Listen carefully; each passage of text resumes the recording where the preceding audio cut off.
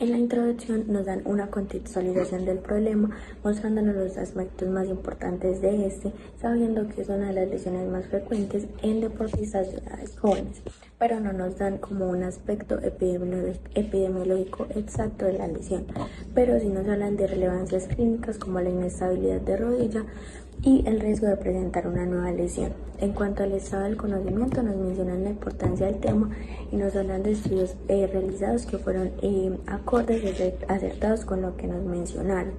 En la brecha del conocimiento, nos mencionan algunas limitaciones que tenían los participantes de realizarla presencialmente, como la distancia, la falta de tiempo y problemas de movilidad, por lo que era difícil la rehabilitación a través de folletos. Y en la justificación del estudio nos mencionan que es importante y necesario para verificar la adherencia de los pacientes a la rehabilitación, ya que cuando es de manera presencial, por temas como lo dije anteriormente, no son tan adherentes los pacientes a la rehabilitación postoperatoria. En comparación con otros programas de rehabilitación basados en folletos, en términos de resultados informados por los pacientes y medidas de desempeño funcional.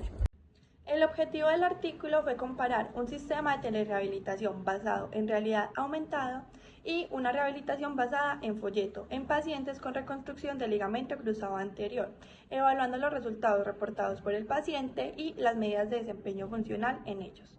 Además de esto, se infiere que los autores esperaban que la rehabilitación basada en realidad aumentada fuera al menos comparable y posiblemente superior a la rehabilitación basada en folleto, con resultados de una fuerza superior en extensión de rodilla. Tipo de diseño de estudio tenemos que este es un ensayo clínico aleatorizado, es longitudinal, experimental y analítico. En los elementos claves del diseño tenemos la aleatorización. Los participantes fueron asignados aleatoriamente por un investigador independiente y los resultados se sellaron en unos sobres opacos. Tenía un grupo control y un grupo de intervención. Había un enmascaramiento, entonces los evaluadores de los resultados estaban sesgados hasta el final del seguimiento. Y por último es multicéntrico. Este se realizó en 2 instituciones del Corea del Sur, lo que aumenta la validez externa. Consideramos que este fue el diseño elegido por los autores principalmente porque es el estándar de oro para establecer una causalidad entre una intervención y sus resultados, minimizando los sesgos sistemáticos mediante la aleatorización. Además, la pregunta de investigación lo exige, ya que querían comparar 2 intervenciones y no solo describir una población, lo que requirió un grupo control y un grupo intervención. Y necesidad de evidencia de alto nivel, ya que los propios autores señalan que estudios previos tenían muchas limitaciones, eran muestras más pequeñas, seguimientos cortos y un diseño más débil. Entonces eligieron este estudio para subsanar esas limitaciones y generar evidencia más sólida. En cuanto a la población, tenemos 56 participantes divididos en 2 grupos de 28 participantes cada uno.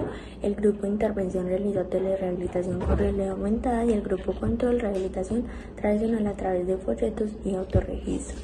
La muestra fueron 56 participantes divididos en 2 grupos, cada uno 28 participantes, y el muestreo fue probabilístico aleatorio simple.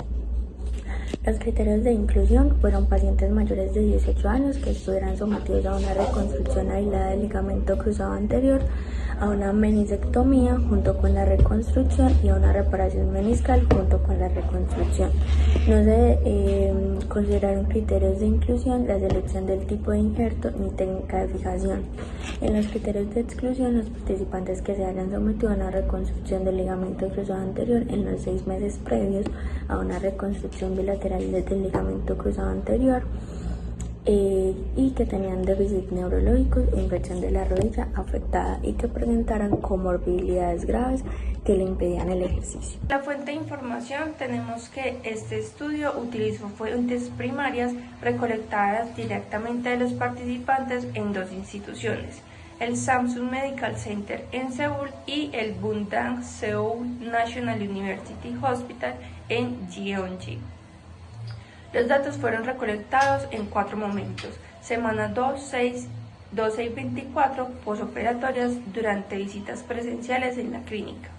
En los métodos de recolección de datos tenemos que se hicieron pruebas estandarizadas o escalas de medición, entre ellas el IKDC, que evaluaba los síntomas, función y actividad deportiva, el NRC, que era medida en reposo y durante la actividad, el EQ5D y 5L, que eran 5 dimensiones que evaluaban la calidad de vida, y la encuesta de satisfacción, que esta solo se hizo al grupo de intervención al finalizar la semana 12.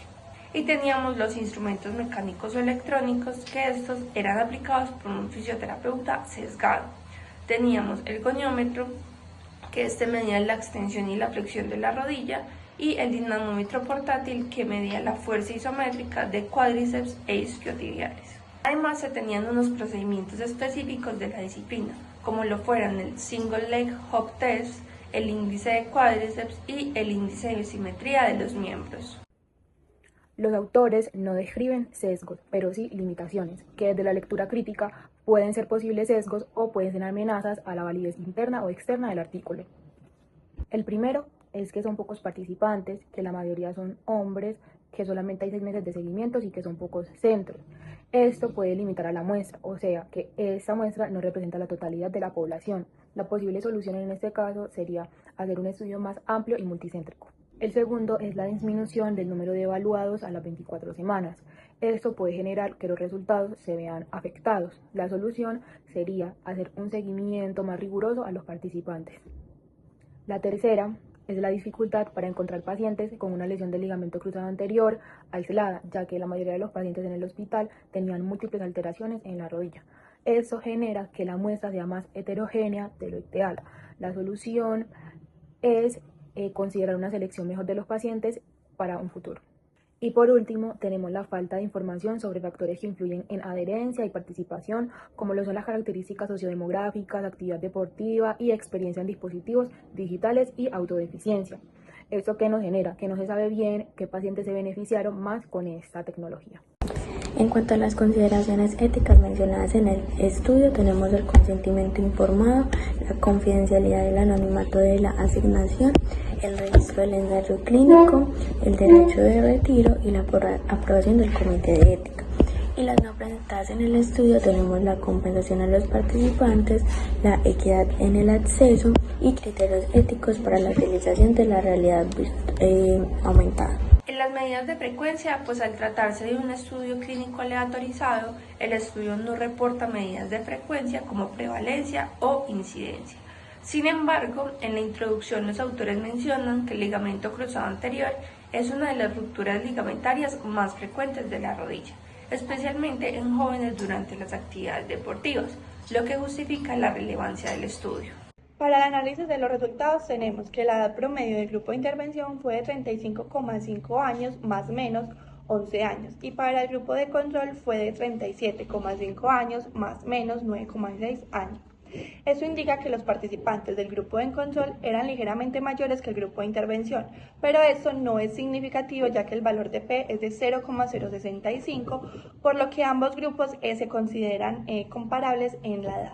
La altura promedio del grupo de intervención fue de 172.4 más o menos 8.3 centímetros y el grupo control fue de 172.8 más o menos 7,4 centímetros. Esto lo que indica es que el grupo de intervención fue ligeramente mayor que el grupo control en promedio, pero eso no es significativo debido a que el valor de P es de 0.407, por lo que ambos grupos son comparables en talla. El peso promedio del grupo intervenido fue de 77.7 más menos 13,4 kilogramos y el del grupo control fue de 77,9 más menos 12,4. Eso indica que el grupo control era ligeramente mayor que el grupo de intervención, pero eso no es significativo debido a que el valor de P es de 0.96, por lo que ambos grupos se consideran comparables en peso. El grupo de intervención presentó mayor variabilidad en edades con respecto al grupo de control, donde se evidencia mayor homogeneidad en edades. También es importante destacar que la probabilidad de que los pacientes con lesión del ligamento del cruzado anterior en reposo con la escala de NRS en el grupo de intervención es de 1,33 y en el grupo control es de 1,04, lo cual es significativo.